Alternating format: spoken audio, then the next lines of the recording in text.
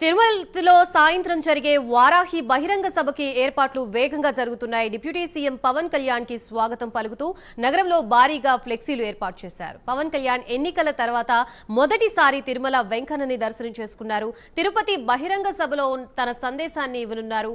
Varahi declaration ప్రకటించనున్నారు deputy CM Pawan Kalyan.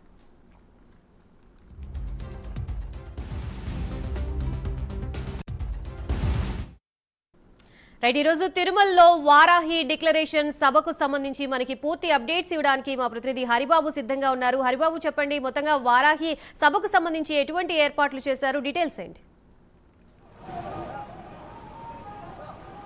Thank you Gayatri. ఏదైతే deputy CM Pawan Kalyan సార్వత్రిక ఎన్నికల తర్వాత మొట్టమొదటిసారిగా ఇప్పుడు ప్రజల్లోకి వచ్చారు. అంటే ఎన్నికలకు ముందు ఆయన విస్తృతంగా జనసేన, టీడీపీ, బీజేపీ తరఫున కూటమి ప్రభుత్వాన్ని గెలిపించాలని ప్రజలతో ఆయన కోరుతూ ప్రచారం నిర్వహించారు విస్తృత స్థాయిలో.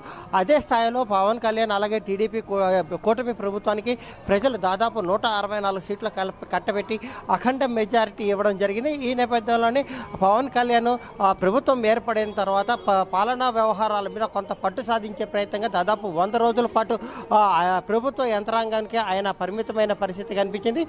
అటు తర్వాత తొలిసారిగా స్వామివారి తిరుమలలో లడ్డు కల్తీ నెయ్యి తర్వాత ఆయన వారాహి దీక్ష చేపట్టి ఆ దీక్ష విరమణ కోసం తిరుమలకు రావడం జరిగింది. తిరుమలకు వచ్చిన తర్వాత ఈరోజు తొలిసారిగా తిరుపతి నుంచే వెంకన్న పాదాల చెంత నుంచి ప్రజలకి 100 రోజులు ఇది మంచి ప్రభుత్వం అని చెప్పిన ఒక సందేశం ఇవ్వడం కోసం అని చెప్పని కూడా ఆయన ప్రజల్లోకి వస్తున్న పరిస్థితి అయితే కనిపిస్తోంది. దీనికి సంబంధించి వారాహి సభ ఈరోజు సాయంత్రం 5:30 గంటలకి ప్రారంభం కానుంది. దీనికి సంబంధించి ఇప్పటికే పూర్తి స్థాయిలో ఏర్పాట్లన్నింటినీ పూర్తి స్థాయిలో చేసిన పరిస్థితి అయితే కనిపిస్తుంది. పోలీస్ అధికారులు కూడా ఎక్కడికక్కడ ఏర్పాటుకు సంబంధించి కూడా దానికి సంబంధించి ఏర్పాట్లను పూర్తిగా పర్యవేక్షిస్తూ కట్టుదిట్టమైన భద్రతా ఏర్పాట్లు చేస్తున్న పరిస్థితి అయితే మనం చూస్తున్న పరిస్థితి కనిపిస్తుంది. దీంతోపాటు జనసేన నాయకులు కూడా ఎక్కడ కానీ పవన్ కళ్యాణ్ కానీ పర్యటనకు సంబంధించి ఎక్కడ ఎలాంటి ఇబ్బంది తలెత్తకుండా ఉండేందుకు కూడా పూర్తి స్థాయిలో చర్యలు తీసుకుంటూ వాళ్ళ పర్యవేక్షణలో వాళ్ళ సూచన సలహాలతో పోలీసులు కూడా ఏర్పాట్లను సమీక్షిస్తున్న పరిస్థితి కనిపిస్తుంది. దాదాపు ఇది మంచి ప్రభుత్వం అని చెప్పిన ఆయన 100 రోజుల తర్వాత ప్రజల్లోకి వచ్చి ప్రజలని ఉద్దేశించి మాట్లాడుతూ గత వైకాపా ప్రభుత్వంలో జరిగినటువంటి ఏదైతే అన్యాయాలు అక్రమాలు ఉన్నాయో వీటన్నిటినీ కూడా ఆయన ప్రజల దృష్టికి తీసుకెళ్ళి ప్రస్తుతం కూటమి ప్రభుత్వం ఎలా ఉంది, ప్రజల్లో ఎలా వెళ్తోంది, చట్టాలు గౌరవిస్తూ కానీ రాజ్యాంగబద్ధంగా ప్రభుత్వ పాలన ఉండాలన్న లక్ష్యంతో ప్రభుత్వం వెళ్తున్న నేపథ్యంలో దీనికి సంబంధించి కూడా ఒక పూర్తి స్థాయిలో ఏర్పాట్లు అయితే ప్రభుత్వం నుంచి జరుగుతున్నాయని చెప్పాలి. మనతో పాటు జనసేన నాయకురాలు ఉన్నారు. అంటే సార్వత్రిక ఎన్నికల తర్వాత పవన్ కళ్యాణ్ గారు మొదటిసారి తిరుపతి నుంచి ప్రజల్లోకి వస్తున్నారు. అంటే ఈ ప్రజా వారాహి యాత్ర ఎలా ఉండబోతుంది? చాలా దిగ్విజయంగా ఉండబోతుంది. ముఖ్యంగా మా లాంటి కార్యకర్తలకు, మహిళలకు ముఖ్యంగా చాలా ఆనందం.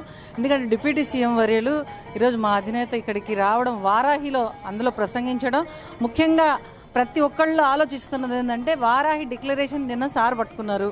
అది ఏమి ఇక్కడ మాట్లాడబోతారో అని మేమంతా ఎదురు చూస్తున్నాము. గత పాలన ప్రభుత్వం ఏ ప్రభుత్వం అయితే ప్రజలకు మోసం చేసిందో వాటి మీద మాట్లాడతారా, లేకపోతే ప్రజల మనోభావాలు దెబ్బతీసిందో వాటి మీద మాట్లాడతారా అనే సంకుచితంలోనే మేము కూడా ఉన్నాము. వాటి మీద మేము కూడా పవన్ కళ్యాణ్ గారి కోసం ఎదురు చూస్తున్నాము. అలాగే ఈరోజు ధర్మాన్ని రక్షించే ఒక పరిరక్షకుడిలాగా ఆయన కొండకొచ్చి దర్శనం చేసుకొని దీక్ష విరమించి మళ్ళీ ఇక్కడికి వచ్చి రావడం శుభసూచకంగా అనుకుంటున్నాం. అంటే మాజీ ముఖ్యమంత్రి తిరుమలకు వచ్చే డిక్లరేషన్ ఇవ్వడానికి ఇబ్బంది పడుతున్న నేపథ్యంలో పవన్ కళ్యాణ్ స్వచ్ఛందంగా తన కుమార్తెతో పాటు కుమార్తె మైండ్ అయినందుకు ఆయన కూడా డిక్లరేషన్ మీద సంతకం చేసి ఒక ఆదర్శప్రాయంగా దీన్ని ఎలాంటి సంకేతాలు ఇస్తుంది? దీనికి చాలా ఆనందపడాలండి. ఇట్లాంటి అంటే గత సీఎం ఎవరైతే ఉన్నారో ఆయన సిగ్గు తెచ్చుకోవాలని సందర్భంగా తెలియజేసుకుంటున్నాం. ఒక డిక్లరేషన్ మీద సైన్ చేయడానికి భయపడ్డాడు. ఎందుకంటే ఆయన ఒక క్రిస్టియానిటీని నమ్ముకున్నాడు. ఆయన వాళ్ళు కూడా వచ్చి పెట్టి వెళ్ళొచ్చు అని చెప్పేదానికి ఇది ఒక ఎగ్జాంపుల్గా చూపించారు. అరే బాబు ఇలా చేసుకోవాలి, ఒక్కసారి ఇచ్చినంటే ఆయన పరువు కూడా నిలబడి ఉండేది. అది చేసుకోలేకపోయాడు.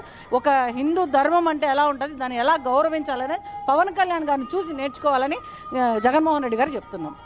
ఇది అయితే డిక్లరేషన్కి సంబంధించి కూడా పవన్ కళ్యాణ్ ఆదర్శప్రాయంగా నిలబడ్డాడు.